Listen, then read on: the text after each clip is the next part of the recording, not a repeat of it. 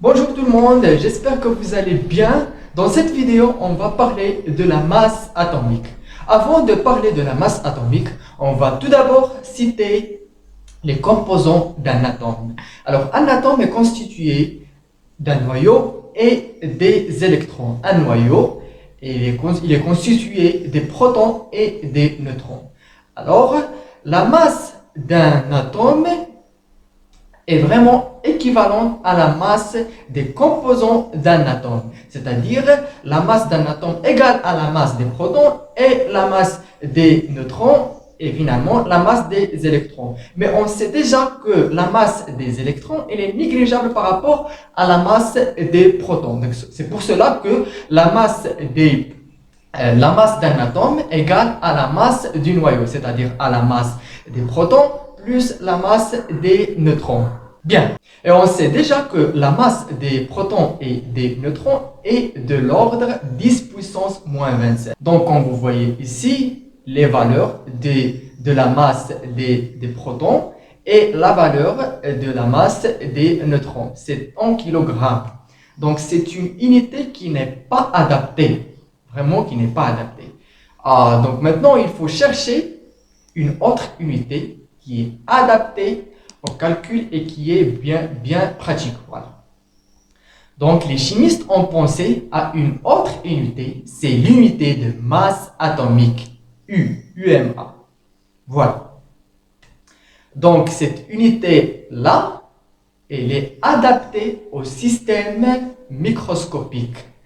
Attendez, l'unité de masse atomique est une unité de masse de même titre que le gramme et le kilogramme. Mais la seule différence, comme j'ai dit, que cette unité-là, elle est adaptée au système microscopique.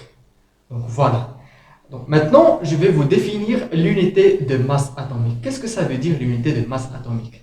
Alors l'unité de masse atomique, c'est le 12e de la masse du carbone 12. Mais ce carbone-là, il faut être au repos, il faut être non lié et à l'état fondamental. Qu'est-ce que ça veut dire à l'état fondamental? C'est-à-dire dans l'état qui n'est pas excité, un état qui est neutre. L'énergie, l'état d'énergie est la plus bas. Donc voilà, l'état d'énergie la plus bas, N égale à 1, où N c'est le nombre des couches. Donc maintenant, je vais vous laisser une petite remarque et la relation comment convertir l'unité de masse atomique vers le kilogramme.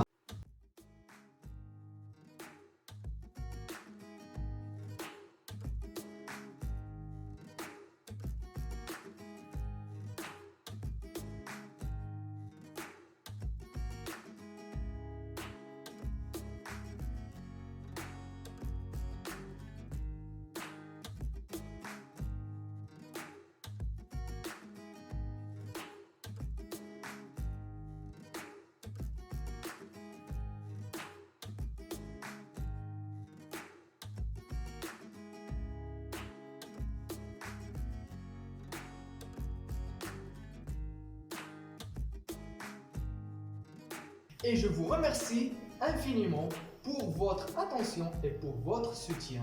Si vous n'avez pas compris quelque chose, vous pouvez me contacter sur Facebook. Je vais vous laisser le lien dans la boîte de description ou vous pouvez me poser votre question dans les commentaires et vous trouvez dans la boîte de description des vidéos qui seront très intéressantes.